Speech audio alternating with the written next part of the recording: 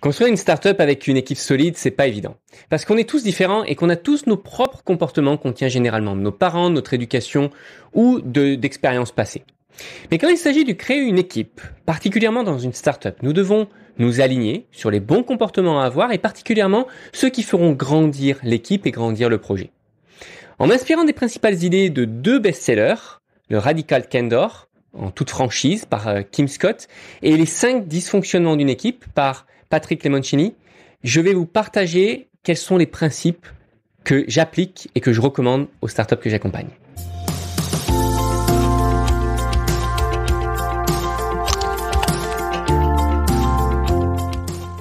Bienvenue, vous êtes fondateur, vous n'avez pas de compétences techniques, pas de panique. Avec le Startup Snack, on vous donne toutes les clés pour piloter votre startup sereinement. Et c'est disponible sur podcast et sur YouTube.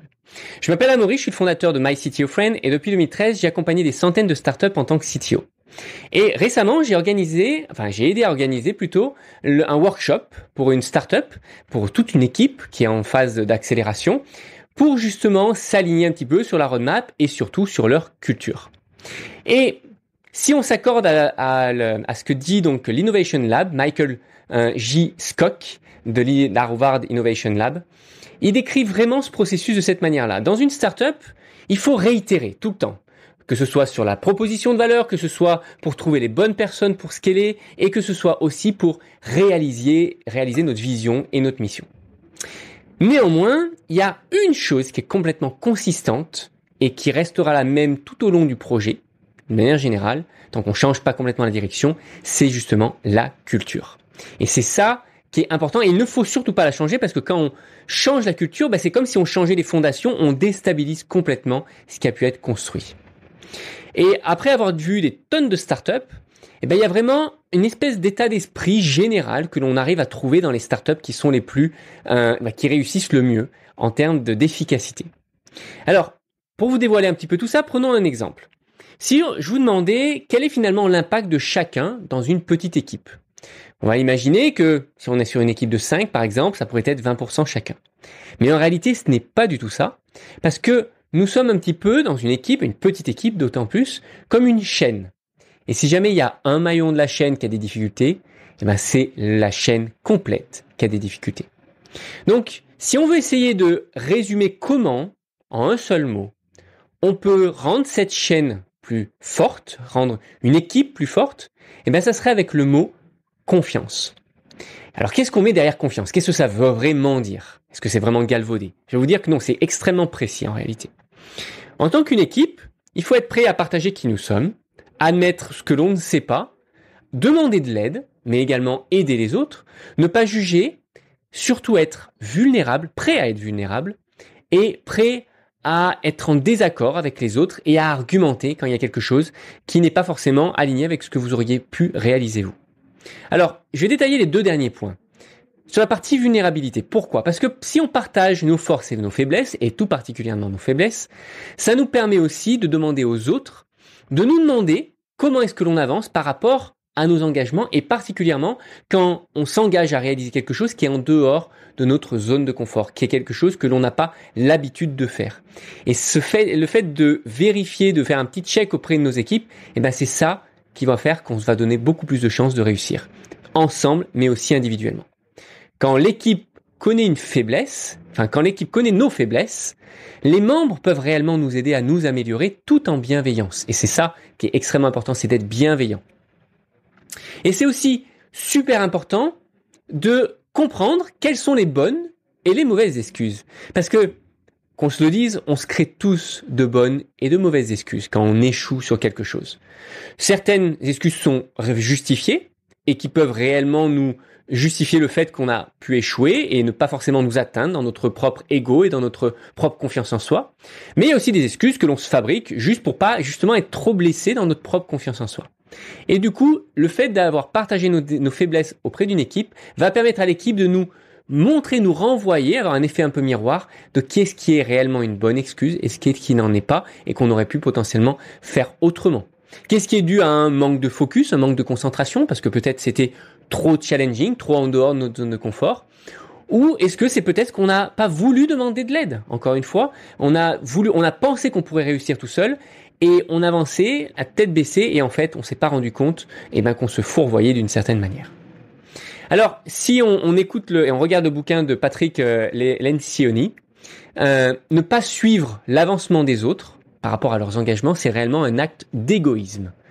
Vous vous souvenez de cette chaîne? Si jamais dans cette chaîne-là, on ne se check pas les uns les autres, si on ne s'assure pas que le maillon qui est à côté, on lui demande est-ce que tout va bien, est-ce que tu arrives à résister, est-ce que tu as atteint tous les objectifs que tu avais prévus, etc. Si on ne fait pas ce check-là, on affaiblit la chaîne et elle risque de lâcher à un moment donné. Il y a forcément à un moment donné un maillon qui risque d'être en difficulté. Donc, si on en revient à la culture, finalement la culture, c'est une certaine chose, mais ce qui vient sur la culture, c'est finalement non pas simplement un lifestyle, le fait d'avoir un baby-foot dans la startup, non. C'est aussi beaucoup un état d'esprit d'entraide et de transparence et de confiance entre les membres.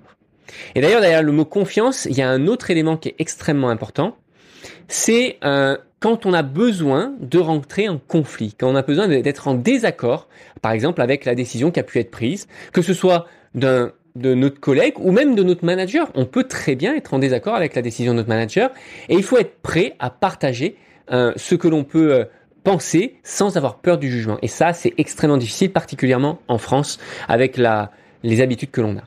Donc, la peur du conflit, c'est aussi un manque de confiance en la personne avec qui on travaille. Et ça ralentit de manière drastique la croissance des startups, l'efficacité des startups. Parce qu'on a besoin de conflit. Le conflit, c'est ce qui nous permet de faire des choses extraordinaires. Et c'est typiquement ce que faisait Steve Jobs. Steve Jobs était tout le temps en train de challenger ses équipes, pas forcément avec beaucoup de bienveillance d'ailleurs, mais néanmoins il était tout le temps en train d'aller au conflit en disant attention, ça c'est nul ce que vous avez fait, ça j'en veux pas. Il balançait certainement des iPods au travers de la pièce, etc. Parce que justement, le fait d'être exigeant envers soi et envers les autres, c'est ce qui permet d'aller en dehors de notre zone de confort et de réaliser des prouesses. Et il faut être prêt, à un moment donné, à être en désaccord, en bienveillance avec les autres, en bienveillance, et sans avoir peur d'être jugé. Et d'ailleurs, quand on prend une décision, une fois qu'on a résolu un conflit, qu'on a dit ok, on est tous d'accord, on prend telle décision, il faut tous qu'on s'en tienne à cette décision, tous qu'on s'engage à suivre cette décision. Sinon, c'est ce qu'on appelle du sabotage inconscient. Il peut être d'ailleurs conscient, mais la plupart du temps, si on se dit ok, on va se plier à tête baissée ou à contrario, etc. Ok, c'est bon, je me plie, on va faire ce que vous dites. Et si on n'y croit pas, on va d'une certaine manière saboter potentiellement le projet, faire des petits actes qui ne donneront pas toute la chance de réussite au projet.